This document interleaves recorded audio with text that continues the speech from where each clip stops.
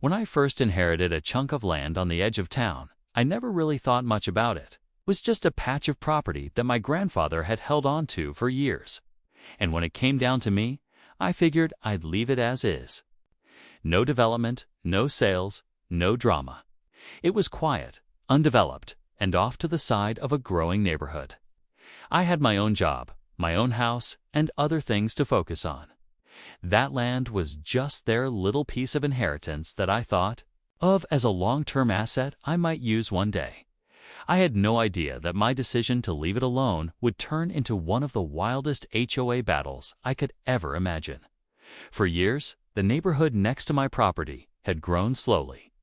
It started with just a few houses, then a few more, until eventually an HOA popped up.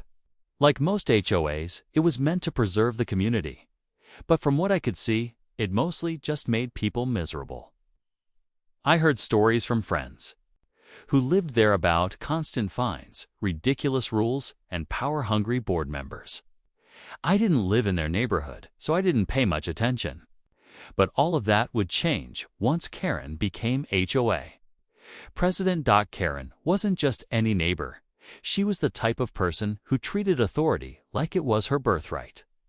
She thrived on controlling others, writing citations for things like slightly faded paint on garage doors or a blade of grass growing taller than the rest.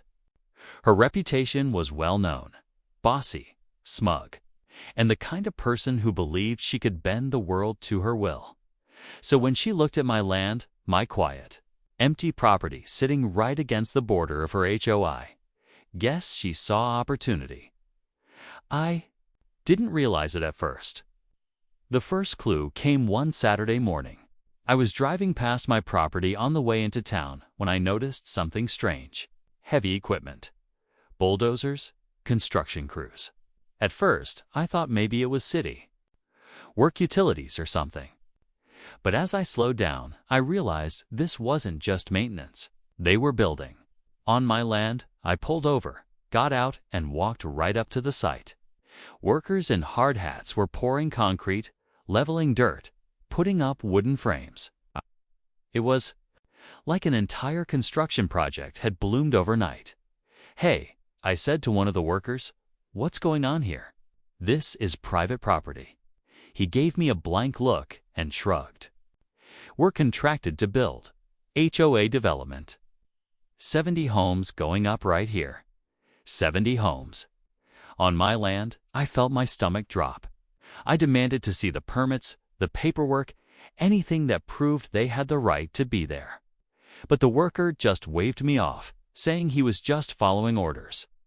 He didn't have the paperwork, his boss did. That's when I realized who was behind it. Karen, later that afternoon, I went straight to the HOA office. Sure enough, there she was, sitting behind a desk like a queen on her throne. The smug look on her face when I confronted her is burned into my memory. "Karen," I said, "why are there construction crews on my land?" She tilted her head, smirked, and replied, "Your land." "Oh, honey, that's community property now. The HOA voted to expand. We're developing it into something useful instead of letting it sit there like an eyesore." I clenched my fists. You can't just build on land you don't own. That property has been in my family for decades. It's legally mine. Karen actually laughed in my face. "Please. Do you think we'd build 70 homes without knowing what we're doing? That land has been unused for years." Number 1 cared about it. The HOA needs it, and I made it happen. You're welcome, really. Now, if you'll excuse me, I have important business to handle. I left her office seething. I couldn't believe the arrogance. Not only had she taken it upon herself to claim my land, but she also had the gall to act like she was doing me a favor. The next few weeks were chaos. Construction continued non-stop. Houses were popping up like mushrooms after rain. Roads were being paved, driveways poured, and rooftops installed. Every time I drove by, my blood boiled. I called the city to report illegal construction, but to my shock, the permits had been pushed through under the HOA's name. I checked county records. My name was still on the deed, clear as day. Yet somehow, Karen had managed to get enough paperwork signed off to make it look legitimate. I realized then that this wasn't just Karen being power-hungry. This was fraud. I contacted a real estate attorney. He was skeptical at first, but when I showed him the deed proving I owned the land, his eyes widened. "They built 70 homes on your property without buying it?" he asked, incredulous. "Exactly," I said. He leaned back in his chair and smiled. "Then those homes are yours?" At first I thought he was joking, but he wasn't. He explained that under property law, anything built on land you own becomes your property unless there's a valid lease, sale, or agreement. Karen and the HOA had none of that. They had just built on land that didn't belong to them. That's when the reality hit me. 70 homes. Entire families would eventually move in, and I legally owned every square inch they were standing on. But if you think Karen backed down when I brought this up, you'd be wrong. I showed up at her office again, this time with my attorney by my side. We laid out the paperwork, the deed, the legal description of the land, everything proving it was mine. Karen didn't even blink. "You're bluffing," she said, crossing her arms. "This is HOA property now. Do you really think a judge will let you take people's homes away? No court will side with you. You'll embarrass yourself." My attorney leaned forward and replied calmly, "We'll see what the judge thinks." Karen smirked, but I saw the flicker of doubt in her eyes as construction finished and people started moving into the houses. I filed the lawsuit. It was officially me versus the HOA. Word spread like wildfire through the neighborhood. At first, residents thought I was some greedy landowner trying to shake them down. But once the details started coming out that Karen had built all these homes without ever buying the land, the anger shifted. Suddenly, neighbors were turning on her. Karen, of course, doubled down. She held HOA meetings where she painted me as the villain. "He's trying to steal your homes," she shouted to the crowd. "He's trying to destroy our community." But I wasn't stealing anything. I was reclaiming what was legally mine. The legal battle was just beginning, and trust me, it was about to get ugly. The lawsuit I filed against the HOA sent shockwaves through the entire community. At first, people thought it was a scare tactic, something that would disappear after a few angry letters and court delays. But when the official notice went out, naming every single parcel built on my land, people started panicking. Families had just moved into their brand new homes. Some had poured their life savings into down payments. And now they were hearing the land under their houses wasn't theirs, was mine. I can still remember the first HOA meeting after the lawsuit was filed. It was held in the community clubhouse, and it was packed wall to wall with angry homeowners. Karen stood at the front, trying to keep control of the room, but you could feel the energy shift. People were yelling, demanding answers, and waving their purchase contracts in the air. One man shouted, "Karen, is this true? Did you build our homes on land you don't own?" Karen, with her fake confidence, responded, "Don't believe the lies.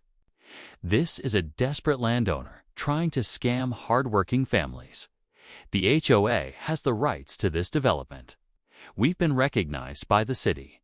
You're safe." But I was there that night, standing in the back, and when I raised my hand holding the original deed to the land, the room went silent. I walked up to the front and placed it on the podium for everyone to see. "This," I said, my voice steady, "is the legal deed. It's been in my family for decades. I never sold it, never leased it, never signed anything over. Those homes, they're sitting on land I own, every inch of it. And that means, legally, they belong to me." Gasps filled the room. Some people looked at me with anger, others with disbelief, but many turned their eyes back to Karen. One woman asked in a trembling voice, "So, our mortgage, our payments, are they even valid?"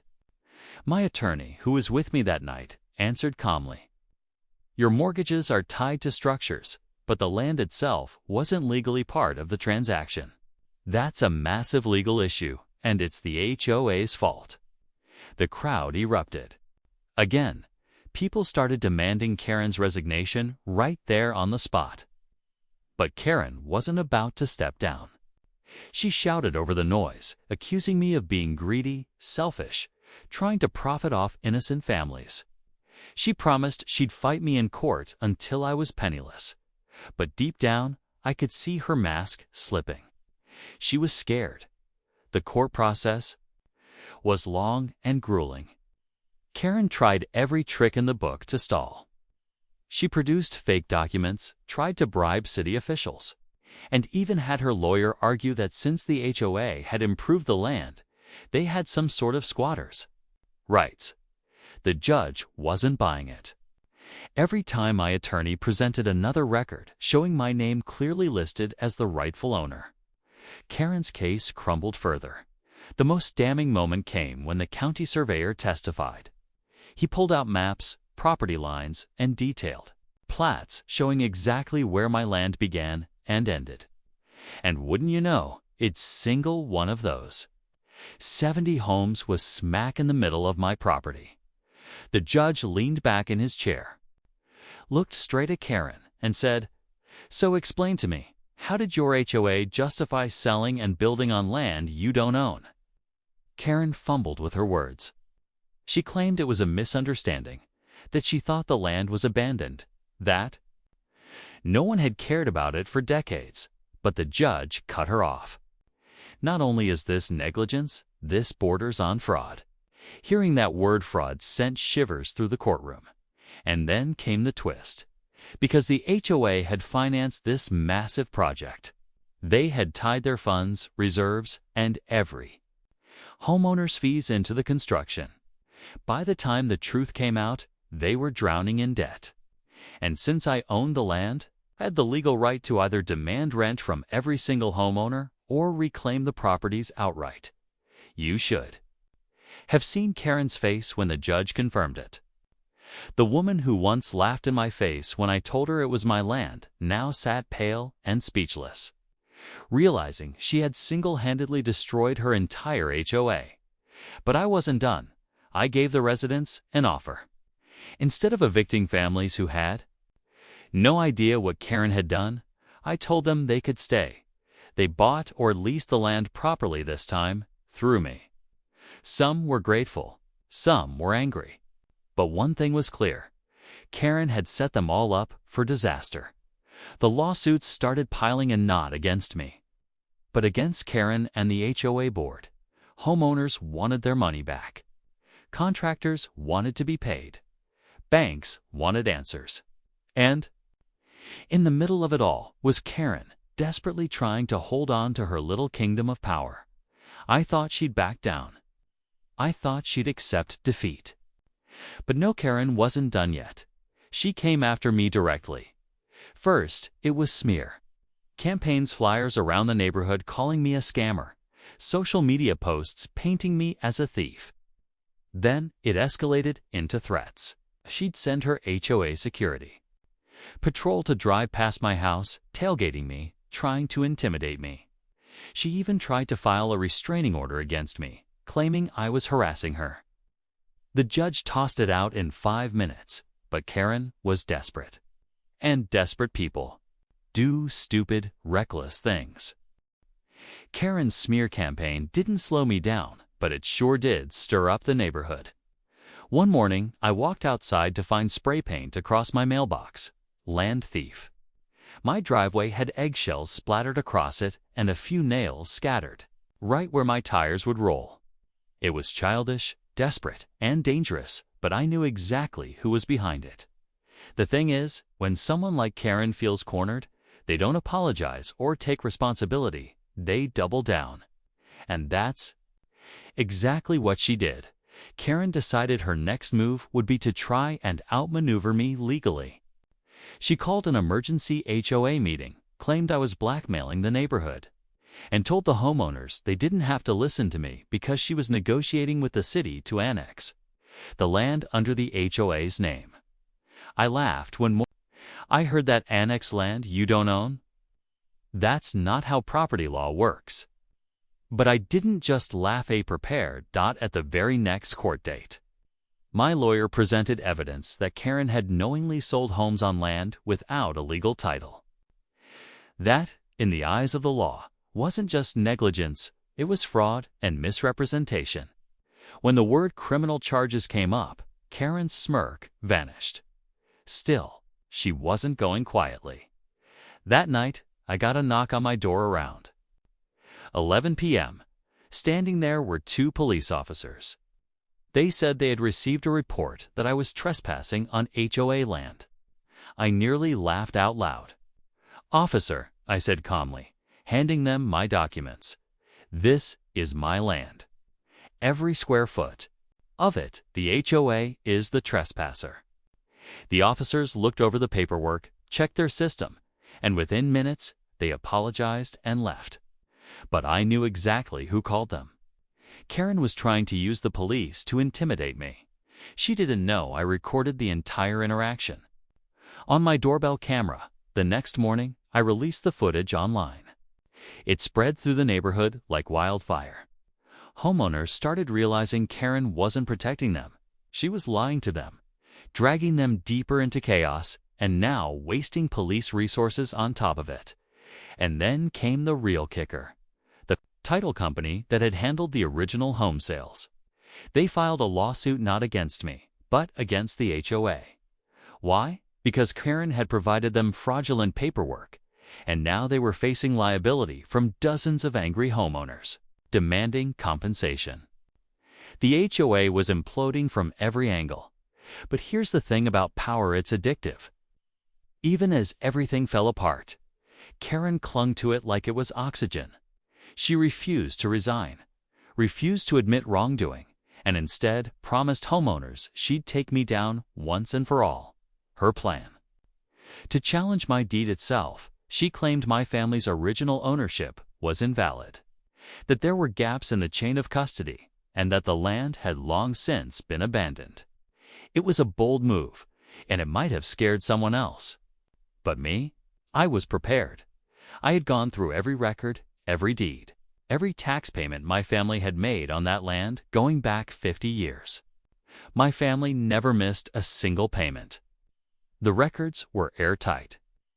When Karen's lawyer tried to argue abandonment, the judge didn't even let him finish before shaking his head. "This land has been properly maintained, taxed, and recorded," the judge ruled. "There is no abandonment. The rightful owner is clear." And just like that, Karen's last-ditch effort collapsed. But the story didn't end there. Because once the HOA realized Karen had dragged them into financial ruin, they turned on her. Angry homeowners started filing personal lawsuits against her for damages. Contractors she stiffed came after her for unpaid bills. Even the banks that funded the development demanded their money back. Karen, once the queen of the neighborhood, was now the most hated woman in it. But desperate people, they don't just give up. Late one night, I noticed headlights creeping along the edge of my property. Someone was parked near the construction site. I walked out quietly, and what I saw made my stomach drop. Karen with a crowbar in her hand, trying to pry open one of the property markers my lawyer had installed as evidence. I caught her red-handed. HOA, Karen built 70 homes on my land. I own every inch they're standing on. When I caught Karen in the dead of night with that crowbar, I didn't yell. I didn't run at her. I simply pulled out my phone, hit record, and let the camera capture every second of her crime. "Karen," I said calmly, stepping into the light, tampering with evidence in an ongoing lawsuit. "That's bold even for you." She froze like a deer in headlights. For the first time, she looked genuinely rattled. She muttered something about just checking the property lines, but the footage told the real story. She wasn't inspecting, she was trying to destroy proof. I called the police right then and there.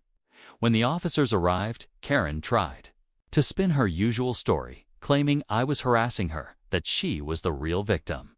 But this time, it didn't work. I had the video, the timestamps, and the ongoing court case.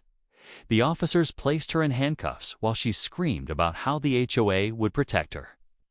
But even the HOA wasn't on her side anymore. They had abandoned her the moment they realized. She was sinking the ship faster than they could patch it. From that night forward, Karen's influence was finished.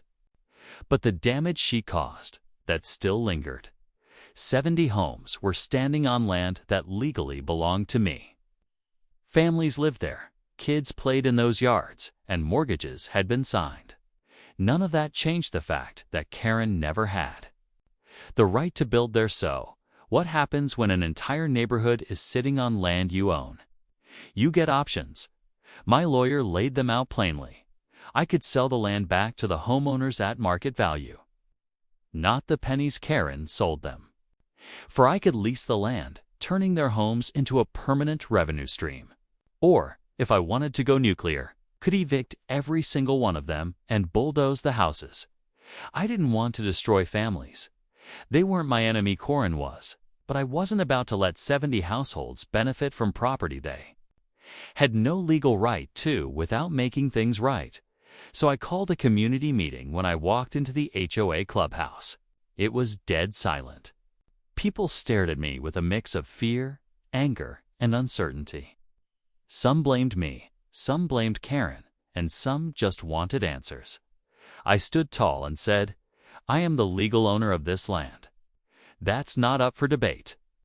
Karen lied to you, scammed you, and left you holding the bag. But I'm not here to punish families. I'm here to make this right with terms that protect me and give you stability. Murmurs filled the room. People leaned forward, waiting to hear the catch. My offer was simple. Each homeowner could purchase the land under their house at a fair appraised value. For those who couldn't afford to buy outright, I'd create long-term land leases that would cost less than what most people pay for monthly cable. In short, nobody was losing their home as long as they worked with me. Not against me. The room erupted not in anger, but in applause. Relief swept through the neighborhood. For the first time, they saw me not as the villain Karen painted, but as the one person actually giving them a way out of the mess she created. But Karen, she wasn't finished. Even from behind bars, she filed appeals. She tried to get her charges thrown out. She claimed she was set up, that the land was stolen from her HOA, that I had tricked the courts with doctored documents. Every appeal failed, but her desperation caused ripple effects. A few die-hard supporters in the HOA decided to sabotage my agreements. They spread rumors that I was planning to jack up the lease rates, that I'd eventually evict families to sell the land to developers. They even tried blocking my surveyors from marking property lines, standing in front of them with cameras, screaming about harassment. But unlike Karen, they didn't have power. They were noise, nothing more. By the time the dust settled, over half the homeowners had already signed agreements with me. The rest were coming around, slowly but surely. As they realized I wasn't bluffing, I truly did own the dirt beneath their houses. Karen, meanwhile, was facing something she couldn't fight her way out of: bankruptcy. Her legal bills piled up, her assets were seized, and the lawsuits against her kept multiplying. And then came the final blow: a federal investigation into fraud and racketeering tied to her developments. Turns out, my neighborhood wasn't the only place she had pulled this stunt. She had a pattern of cutting corners, bribing inspectors, and selling homes on shaky legal ground. Now, she wasn't just fighting me, she was fighting the government. And for the first time I realized, Karen's downfall wasn't just going to restore my land. It was going to make national headlines. The day of Karen's sentencing was the day everything came full circle. I walked into the courthouse that morning, and for the first time in months, I wasn't nervous. I wasn't carrying stacks of documents or stressing over testimony. I was Just there to watch the final act of a play Karen had written for herself. She shuffled into the courtroom in that orange jumpsuit, shackled at the wrists. The same woman who once stormed my property shouting about her authority now looked small, defeated, and utterly powerless. The judge didn't hold back. Karen was sentenced to multiple years in prison for fraud, tampering with evidence, and attempted property theft. She was also ordered to pay restitution, not just to me, but to every single homeowner she scammed. The moment the gavel dropped, you could feel the weight lift off the entire room. Families finally exhaled. Neighbors who once glared at me now nodded in quiet gratitude. And Karen. She was escorted out, still muttering under her breath about conspiracies. But no one cared anymore. She was done. From that day forward, I officially became the legal landlord nor landowner for every single plot those 70 homes stood on. Families purchased their lots from me over the next year, and for those who couldn't, the leases gave them peace of mind they'd never lose their homes. The neighborhood changed, the toxic energy that hung over everything gone. The HOA dissolved entirely once Karen was removed, and with it, the ridiculous rules, the threats, and the nonsense fines. Instead, the community started working together without the politics. One night, at a neighborhood barbecue, one of the families came up to me. They shook my hand and said, "We thought you were the bad guy, but you saved our homes. You saved this neighborhood." I didn't do it to be a hero. I did it because Karen thought she could trample me, strip me of my rights, and walk all over what I worked for. She thought I was just one man against her HOA machine. But here's the truth. All it takes is one person standing firm. One person. Refusing to be bullied, to bring down the biggest tyrant in the room. And Karen? Oh, she spent years behind bars replaying every choice she made. Every lie. Every scam. Every smug smirk she threw my way when she thought she'd won. Now, she's just a cautionary tale. If there's one thing this whole battle taught me, it's that sometimes the people who scream the loudest about rules and authority are the ones breaking them the most. Karen built 70 homes on my land, thinking I'd roll over and let it slide. Instead, I turned the tables, took control of what was mine, and reminded her that the law doesn't bend just because she wants it to anyone listening who's ever been pushed around by an HOA, a difficult neighbor, or someone who thinks power gives them the right to take what's yours. Remember this: stand your ground. Know your rights, and don't let anyone bully you into silence. Because in the end, justice doesn't just catch up. Sometimes it hits harder than anyone ever expected.